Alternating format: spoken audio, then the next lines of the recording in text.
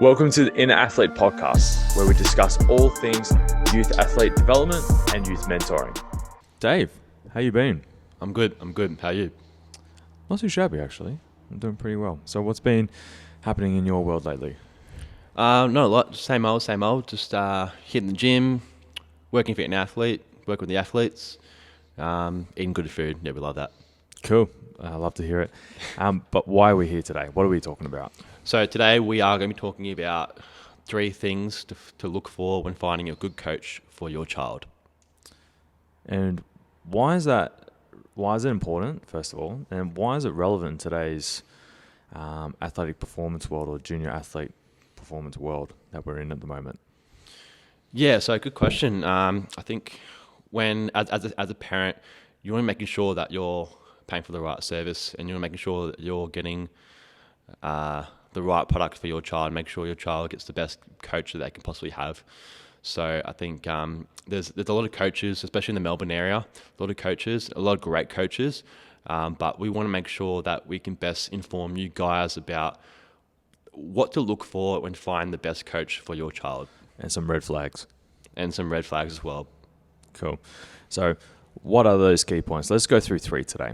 Then we'll go through potentially some red flags after. So what are one of the key points that what parents should be looking for to find a strength and conditioning coach for their kids? Okay, so I've actually written up some points today, so we'll go through that.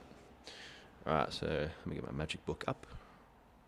All right, so the 3 points that I want to go through today are, so these are the 3 things you should know in finding a good coach for your child. Number 1 is, what is the coach's philosophy on learning and winning? Number 2, is the coach a good role model for your child? And number 3, is the coach actually invested in the child's development into adulthood or just there to get paid? Cool. I think they're all like really good and deep. And I think these are the questions that a lot of parents may not ask or may not understand when it comes to looking for a strength coach. So let's go through point number 1, the philosophy side.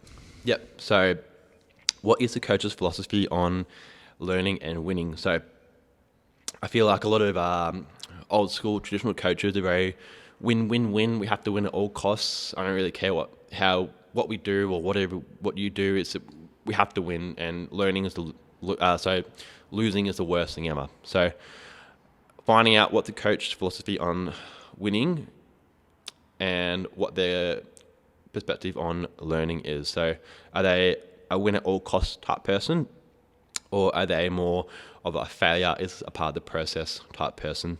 Yeah, are they focused on the development side? 100%.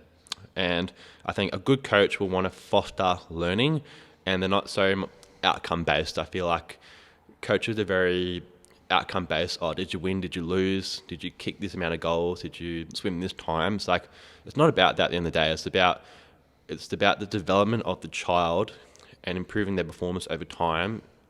The outcome does matter to some extent, but it's not as important as people think it is. Yeah. So do we have any practical examples of how we've kind of shifted, some of the athletes here from being very outcome driven, so whether it is more, I guess, from a physique point of view or a performance point of view, and how we've kind of gotten to break them down and focus on the development side? So a couple of practical examples. Yeah. We've got a couple of swimmers here, and a big thing that you do is after they've had a bigger event or a big event is to sit them down, ask them how they went and how they think they went, and more rewarding and more hyping up their efforts rather than the outcome. Yeah.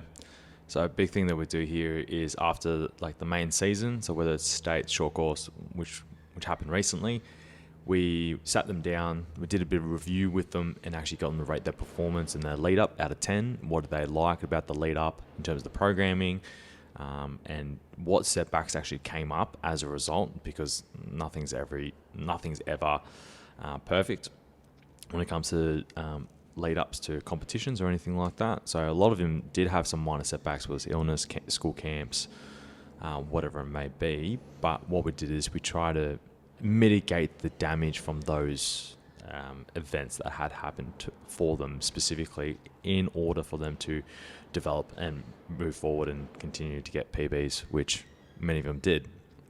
I think the other thing is as well, when it comes to the philosophy side, with our coaching, it's focused more on the development at the end of the day. What are we really building towards each time? So what we do is we try and work towards each state swimming event.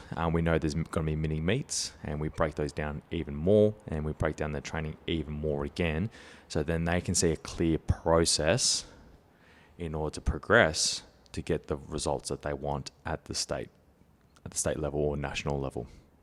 Yeah, and it's all about progression, and we want to reward the effort involved at each step to get to the next step.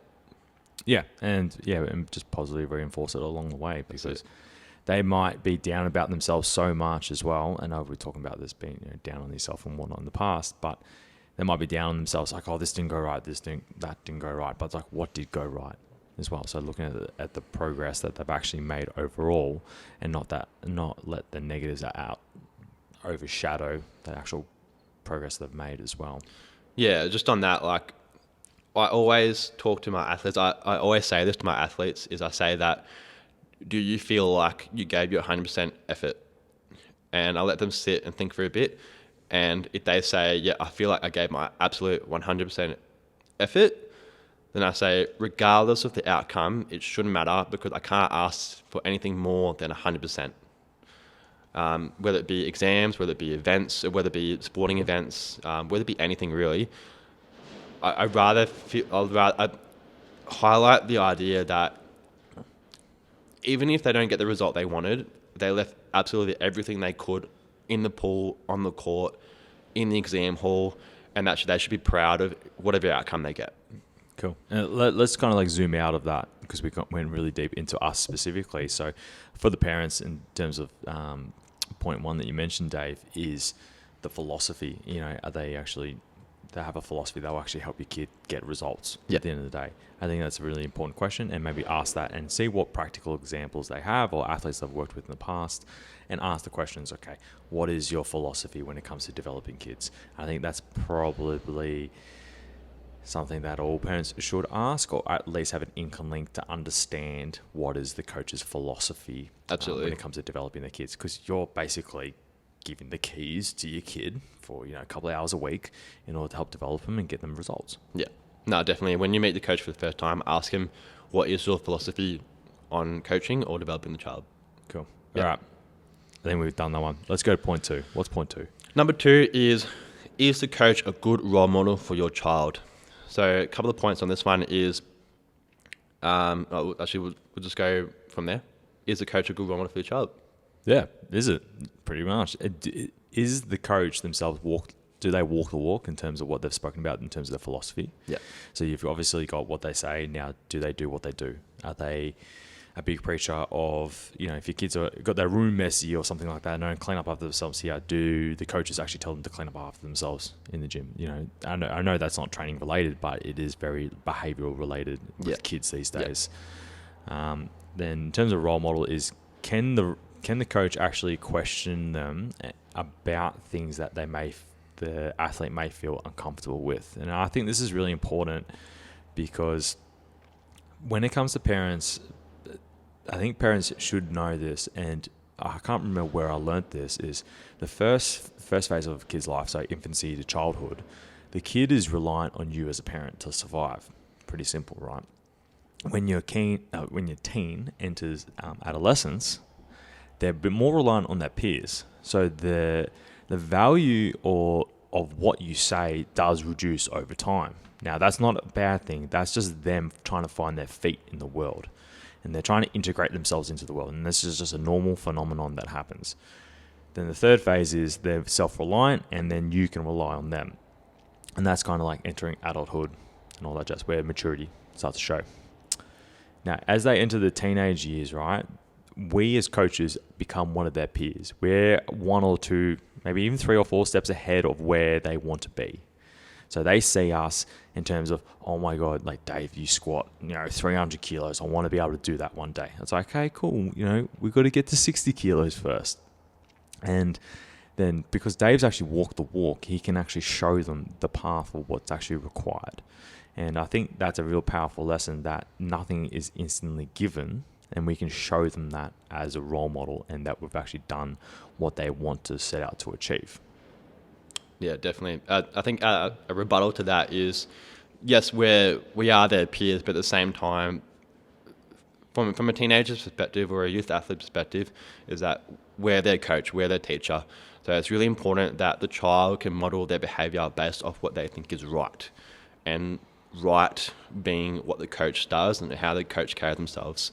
So if you've got a coach that's really messy, smells bad, swearing and things like that, your child is going to think that that's the right way to carry themselves. It's appropriate, yeah. Exactly. So your coach needs to carry themselves in a way where your child can see that and they know that's appropriate. But also remember that whatever your child think is right will also carry out onto the field or the court or the pool. Yeah. Cool.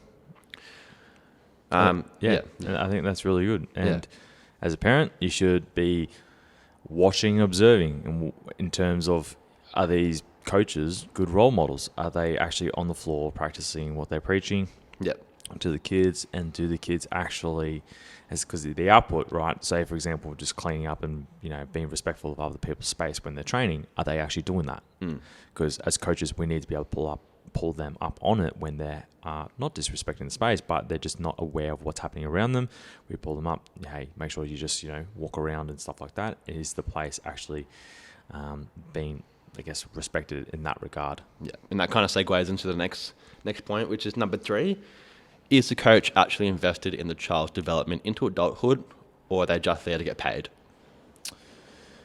Yeah, this one is a very interesting one to me, because I've seen both sides of the coin where coaches really do well as sports coaches in terms of the development of the kids that they look after. Also the S&C as well. I've seen some really good S&C coaches, look after the kids that they've mentored. I've heard stories of, I think it was Josh Giddy. He had a strength and conditioning coach for a long time, and he ended up, the coach himself helped him to get to college and get him into the league as a result. And someone who invested, many years into this kid, and then obviously as a result, he gets to reap the rewards of getting the kid there as well. So that's like a mutual transaction with that. When it comes to some gyms or something like that, if a place, say for example, a kid signs up to a gym, the average age for a kid to join up the gym is between the age of 14 and 16 years old. A lot of teens are interested in getting into gym, lifting weights. If a gym is like, oh yeah, we'll have a personal trainer write them a program, and they're just kind of like go on their little merry way, and it's just like, well, obviously the gym doesn't really care. They just care about the transaction that they just got from your kid, or from you specifically, because if you're the wallet, and your kid doesn't want to go and they're not motivated, I don't know what I'm doing, and it's like, you haven't addressed the big issue here. Is the kid doesn't know what he's doing. He needs support. That's the actual answer. The problem is he doesn't know. The answer is he needs support. He needs someone to kind of guide him through the process. If you've come to a gym and you've asked for help, that's not the last resort, but it obviously shows you need support and you're looking for someone to help you. And if your trainer's just there just to get paid, it's just a poor reflection on them. Yeah, and with the way that the way we do things here is a little bit different. I say unique, I guess. The real simple stuff, like, say for example, we had one of the kids played footy over the weekend, so this podcast will be released later on, but yourself and Matt went to the grand final, and you guys turned up, and he messaged you guys, and they're very appreciative of it. We got a email from his mum, and she was very appreciative that we came down and showed, we care about the kids' development. We want to see the results that they've gotten. We put so much time into this, into him and his training. We want to be able to see some sort of output from that as well. So for us, that's very exciting as coaches to be able to see that. And that's when when a coach is willing to go out of their way, even if it's for like 20 minutes to half an hour, to pop down to a training session or to a tournament and actually see the kid perform in their sport, that's when the coach really cares. They've gone out of their way. And as for all strength and conditioning coaches and sports coaches out there, Like, it doesn't take much. It really doesn't. Yeah. It could be just literally just once a year. Yeah, so my other sub point was, number one, does the coach actually give a damn about other things outside the gym?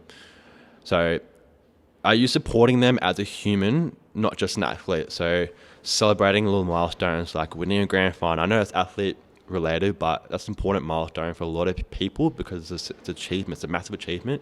Things like doing well on school academic things, getting their L's, that's a massive milestone. And, asking them, how are you going with the driving, things like that. Before you go there, so for those who are not listening in Australia, getting your L's is basically getting your a learner's driver's license where you can actually drive with the supervision of a full licensed adult as well. So yeah, and things like birthdays as well. So I think going above and beyond just developing the person as an athlete is celebrating them as a human, developing as a human, celebrating the little milestones that happen outside the gym. And the last point is making sure the coach is making a relationship with the child. I'm not saying an actual relationship. I'm saying a coach-athlete relationship where the child trusts and feels comfortable to tell you things that they won't tell others. Because I know going through teen years, sometimes you don't feel super comfortable telling things to your parent, and sometimes you don't feel super comfortable saying things to your friends. But you don't know how to break it to them. Don't know how to break it to them. We as coaches that an athlete want to create a relationship, or if you are finding a coach, make sure the coach that you are hiring can make a relationship with your child to make them feel comfortable and they trust you to open up to you and not feel ashamed or feel guilty about certain things they've done or they want to say to you. Cool. That was really good. Thanks for those 3 points, Dave.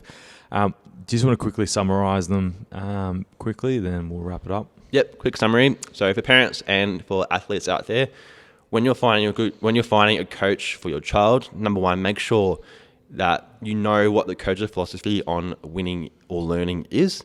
Number two, is the coach a good role model for your child? And number three, is the coach actually invested in your child's development as a person?